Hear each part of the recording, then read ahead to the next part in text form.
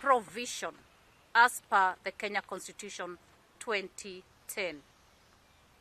I would like to hand over to my colleague to continue the statement.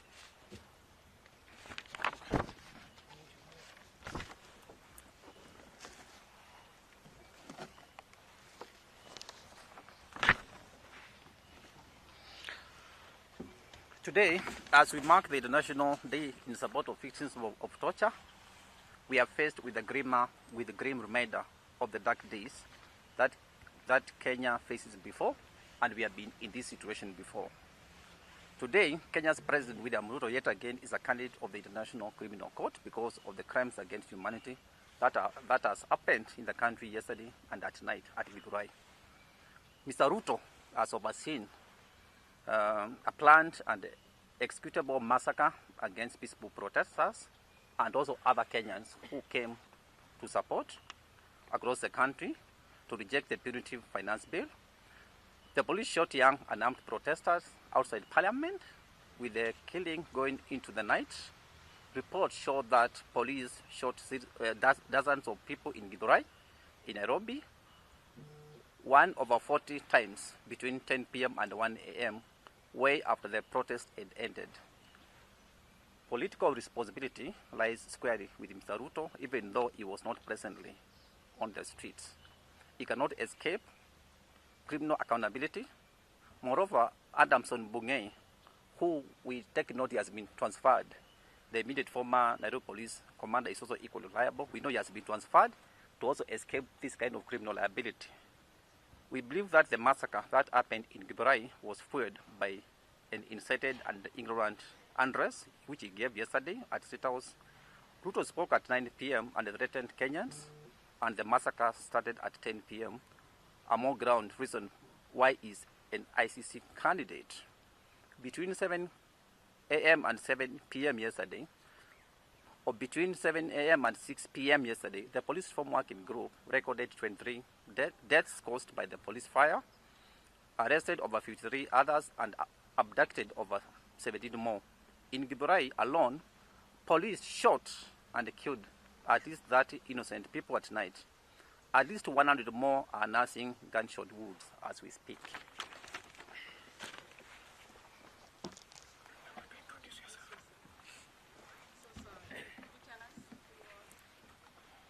Yeah, my name is Davis Malombe. I'm the Executive Director at the Kenyan Human Rights Commission here. Thank you. I'm Lorna Diaz, the Executive Coordinator of GAL Plus and Human Rights Defender. So, back to the statement. It's not protesters who are treasonous. It's Ruto's acts that are treasonous. These killings were further exacerbated by the deployment of the Kenya Defence Forces, KDF. The deployment, per the Special Gazette notice the Defence Cabinet Secretary Aden Duale issued, is illegal. Article 241 2C of Kenya's Constitution says that National Assembly must first approve such deployment, and this has not happened. There is nothing that justifies the use of live bullets on protesters. But this regime positions snipers to shoot and kill unarmed protesters. The destruction of property that happened on the streets was a security failure, and this regime should take the blame.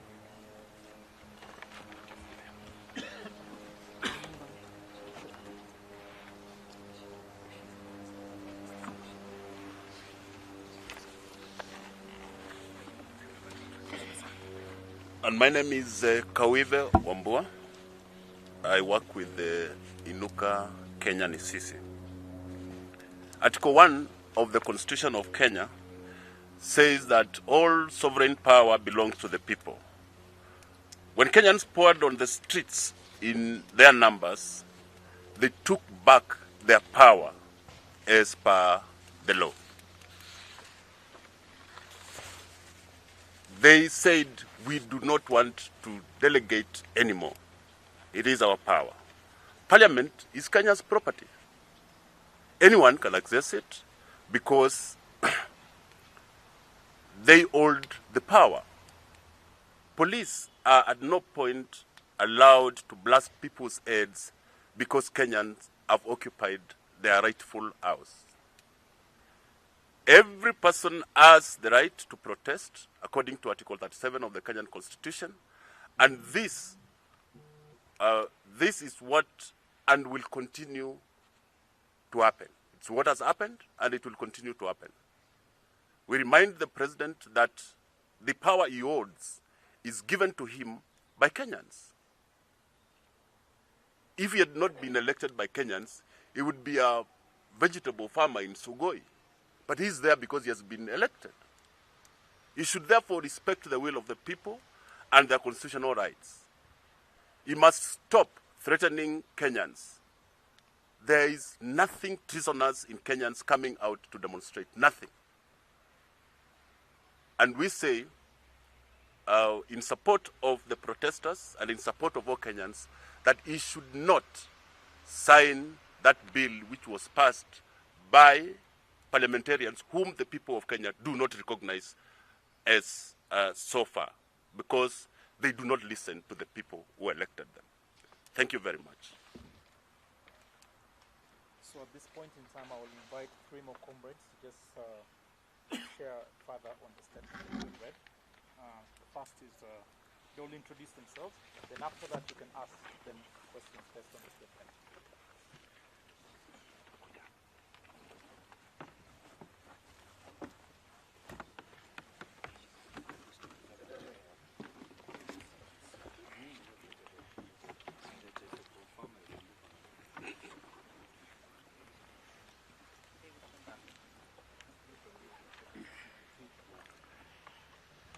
So, members of the press, my name is Joshua Changwony, the Executive Director of CRECO Kenya. And yesterday, we were monitoring the events that happened in our country. And a record 67 towns in our country were having a demonstration. So this is a Kenyan affair. It's not a Nairobi affair. What concerned us is the government spokesperson spreading misinformation and disinformation. He is a former civil society comrade, and it's very unfortunate on the comments that he made on his X space by broadcasting that the protest was funded by external forces because of the president's comment at the G7 on the war between Russia and Ukraine. We've also seen the Secretary General of the UDA party making claims that the protests were funded by people who were against the finance bill because of taxation on imports, because of their business interests. Our verification and fact-checking, that did not concern the conversation at all. We call upon Kenyans to verify, stop and reflect any kind of the information that they come across in social media before they share anywhere in their spaces, because this is a time to reflect for the democratic space of our country, and Kenyans have digital rights.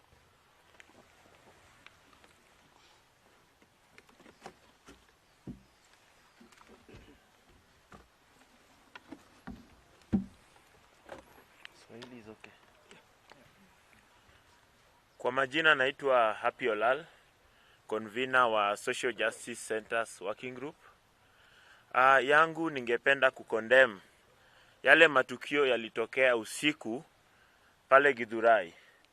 Watu wanaelewa kwamba jana kulikuwa na ukosefu wa magari na ilibidi wale waandamaji na watu ambao hawaishi na karibu waweze kutembea hadi maeneo wanapoishi.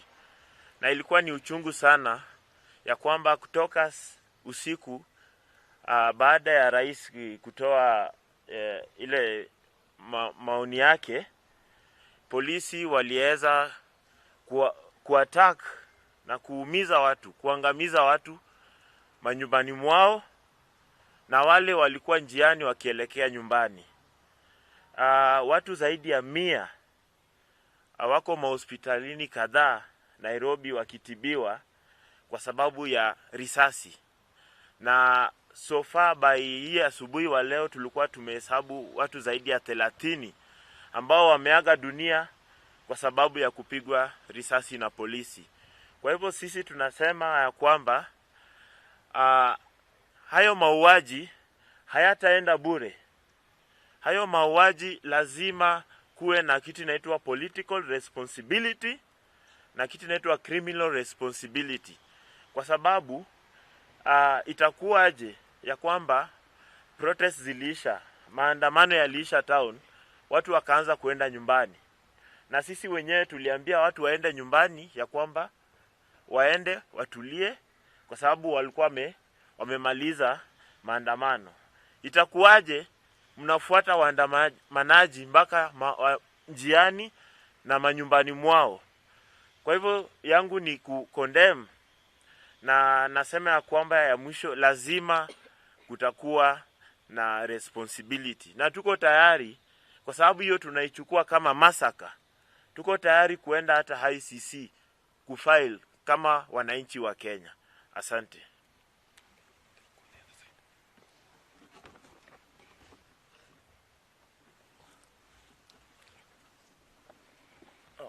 Good afternoon, members of the press.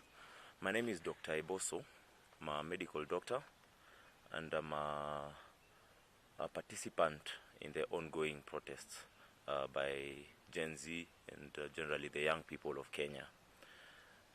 I wish to speak specifically to the President's statement, which was issued yesterday, because unresponded to, then it creates a narrative that is wrong with regard to the protests. The President started by alluding to the sovereign power of the people and attempted to direct how the people will exercise that power. I wish to state that whereas the Constitution directs that sovereign power will be exercised in accordance with the Constitution, the directive is to all those entities and institutions to whom the people's power has been delegated. The President cannot purport to be directing how the sovereign will exercise his own sovereignty. I wish to speak to the fact that the President alluded to the fact that the protesters are treasonous criminals that are being funded by certain criminals. Now, I have participated in all the protests since we started. And every single day, I take my own money, I take a matatu or an Uber, and I head to the protests. And that is the same as many other of my friends who have been participating in these protests. If there is funding that the President believes has taken place, the President can be sure we are not going for those protests because of the funding, wherever it may be coming from. We are going for these protests because it is very clear that the leaders that we elected are not representing us as far as the finance bill is concerned. We have a situation where entities and institutions to whom the people have delegated authority have assumed that this authority is inherent in them, that they can actually trade with this authority. We have an MP, we have information that from a group chat of MPs where they are discussing and saying how each of them was paid 3 million or 2 million in order to vote a certain way on the finance bill.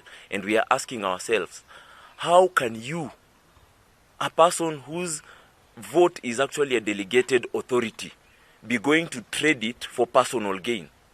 And those are the things that we are angry about as citizens and as young people.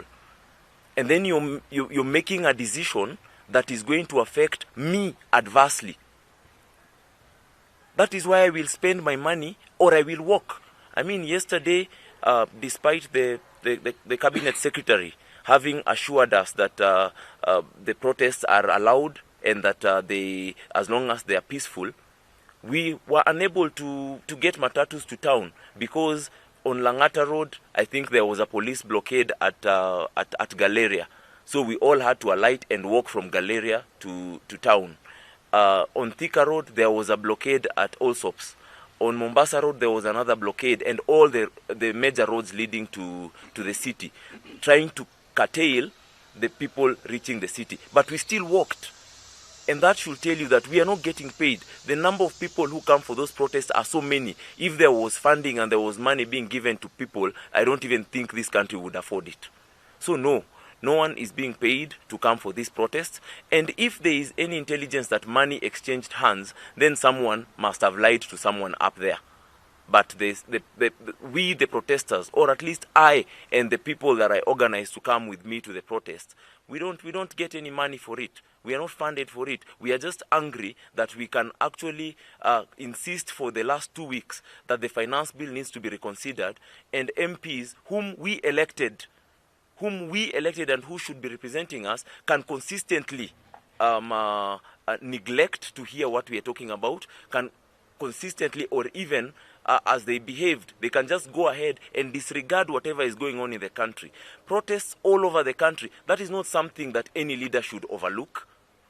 You're having protests in Vihiga, you're having protests in Kisumu, in Kakamega, in Bungoma, in Nakuru, in numbers this nation has never seen. But those same elected representatives will use the vote that they are purporting to speak on behalf of those same people protesting. And that is what is making us angry. The president seemed to suggest that the protesters are criminals and that they are engaging in criminal activities, supposedly trying to justify the use of force against these protesters. I want to make it very clear. I have attended all the protests that have happened since the Gen Z protests started. It is we protesters that on the first day stopped other fellow protesters who perhaps, because of what we have seen from prior protests in Kenya, those political protests that have been happening, where it degenerates into stone throwing and looting. We were the ones arresting looters. We were the ones arresting looters and taking them to the same police who are tear gassing us and telling the police that this person is trying to loot. We are the ones who are telling fellow protesters to stop throwing stones and provoking the police. And I must say that the police this time round, a majority of the police have actually exercised quite a lot of restraint and have conducted themselves very well. But there are those who, I don't know where they get the orders from, but they come and then they just start doing funny things and provoking the protesters. And a good example is the shooting that happened last Thursday. That this was at the end of the protests. The protesters were actually running away, making away. And you can see from the cameras, and we were able to identify who that police officer is. And that is how we are going to identify each and every police officer who is going to misconduct themselves. They just shot at the crowd, a crowd that is running away. You shoot live ammunition to them and kill someone. Yesterday, we've all seen the videos of the protesters who overwhelmed the police. And by the way, it is true, the protesters actually overwhelmed the police. But they did not overwhelm the police with violence or with arms. The videos we are seeing all over, the protesters, none of them was armed. None of them was armed. And we can see in the videos, police officers actually firing bullets at the armed protesters. We can see from the images, gory images of a protester with brains splattered all over the floor. What is this that would make someone aim, and that's not an AK-47 even, what would make you aim that kind of ammunition to the head of a protester who's not armed? How important is that parliament building or entry into that parliament building that it would cause you to not want to just maim, but to thoroughly and inhumanly kill these young people who are protesting? And that is what is making us very, very angry and very, very sad. Not one. There were two, for me I've seen two images of one whose head has been completely blown off the body by a bullet, and another whose brain is splattered on the ground. So who is this that was shooting this person? And what was the aim? Because this person is not armed. This is a 21-year-old. At most, this person will get into, and they did get into parliament, despite the shooting, and that should tell you that bullets are not going to stop anyone. So they indeed got into parliament. What did they do? They simply tore some papers here and there, broke some furniture. That is nothing compared to what really. So the last thing with regard to the issue of the protests and the killing is that these protests have remained peaceful, and I wanted to bring out the numbers that out of these protests, only 2 police officers have been adversely involved. One lost his hands, and it's in the public domain. It's in the public domain that the police officer inadvertently mishandled the tear gas canister, and it blew on him. It's very unfortunate. We are very sorry for that, but it was not the protesters who caused that. The other one is a police officer who was killed yesterday, and we are very sad that this protest will lead to the death of a police officer. Up until yesterday, there was no police officer in Nairobi who had been killed as a result of this protest. This police officer who died was actually shot by a fellow police officer, accidentally. It was not by the hand of the protesters. So let's not create the narrative that these protesters are dangerous. They are not dangerous. There has been no complaint raised that the protesters in Nairobi actually looted any of these private entities. And in fact, it is these supermarkets that have been providing us with water, free. They've been providing protesters with water. They are the same ones who've been hiding us when tear gas ikizidi. Wanatuambia ingieni hapa kidogo itulie. So these protesters are not criminals. And let us face the truth. Let us face the real problem. The real problem is the finance bill. If that finance bill had been paused, if just yesterday the MPs had decided that we are going to put a halt, even a temporary halt, on the finance bill and listen to what these protesters are saying, we will not have what we are having. But you cannot employ arms to fight the people. And I want to finally talk to the security agencies directly. I want to talk to the military personnel. I want to talk to the police. These protesters are your sisters and your brothers. You know in your heart of hearts that these protesters are protesting for genuine things. You know that. Please do not be used to kill these protesters. If you must protect government property, that's fine, but do not kill. You're enough. I mean, you're capable enough to just hold off this. These people are not armed, and your tear gas has been working properly up to now. Why do you have to start using arms against these individuals? And we saw yesterday, after having after having sprayed bullets on these protesters, one of the policemen who had been an ununiformed policeman and had been among the ones shooting these protesters, later found out that his brother is actually one of the guys who had been shot. So I'm talking to the military, I'm talking to the police personnel. You all work for the people of Kenya. Please do not be used for political reasons, and then you actually go on and commit very atrocious crimes against the very people who pay your salaries. Thank you. So we want to invite any questions from the media to any of the leaders. Do you have any questions for them? Thank you.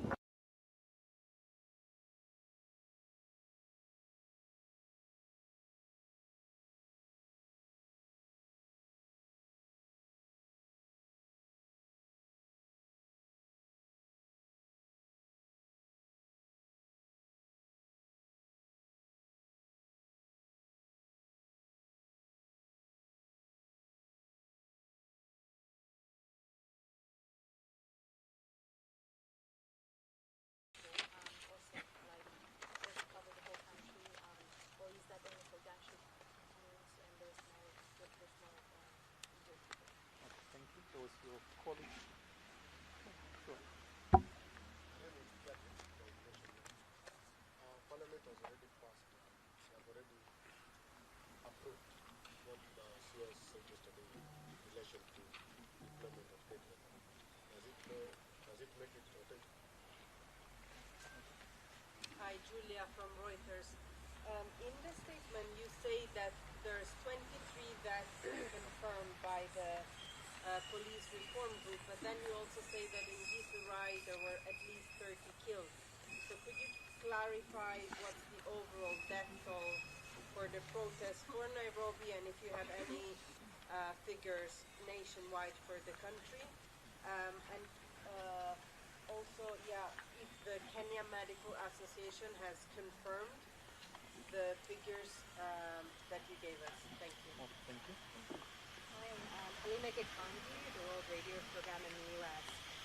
Can either of you give any information about who's coordinating or behind these abductions? Some young people have been released, but others remain, their status remains unknown at this point. Do you have any information on that? James from the Standard newspaper. About the deaths, is it possible to know how we got those numbers? And social media here might be even more than that. And secondly, is tomorrow we also making protest that are supposed to be able to go to the State House. What can you tell them? The last one. I teach from Radio Citizen. I want to confirm from the Commission the number of people that has reported for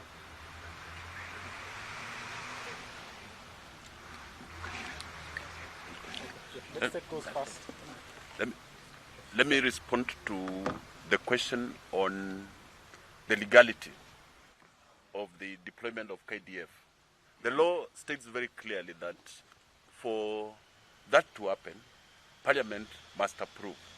Now, the process of gazettement of notices, legal notices, starts with an approval, then a gazettement. Yesterday, Duale gazetted the deployment, even before the request was made to Parliament. That's what we are talking about. If Parliament has approved now, it has approved an illegal process which already was gazetted.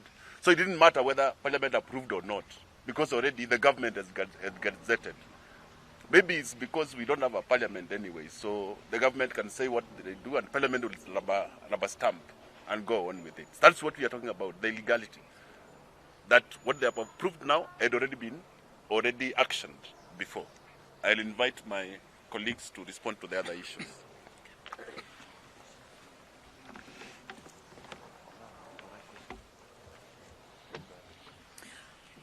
Thank you for the questions around the numbers. I will respond to the questions on numbers.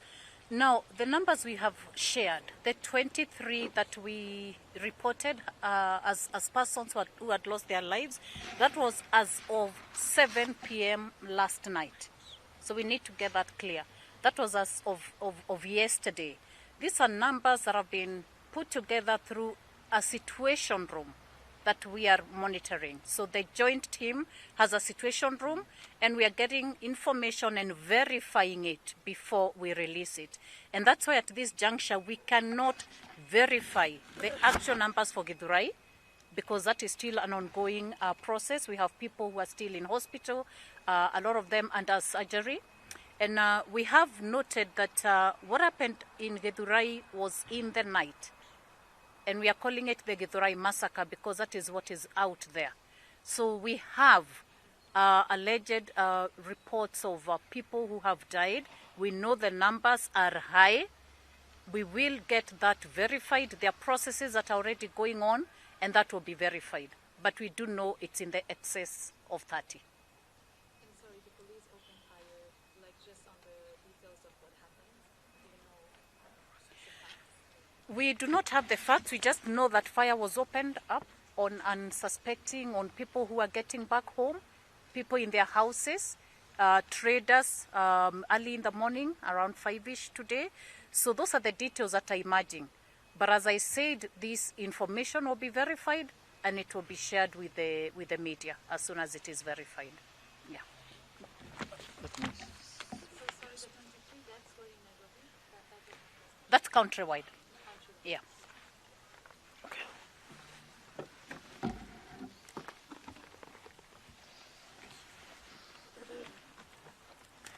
So In terms of adding to the deployment, our position is very clear. It's not just about the law.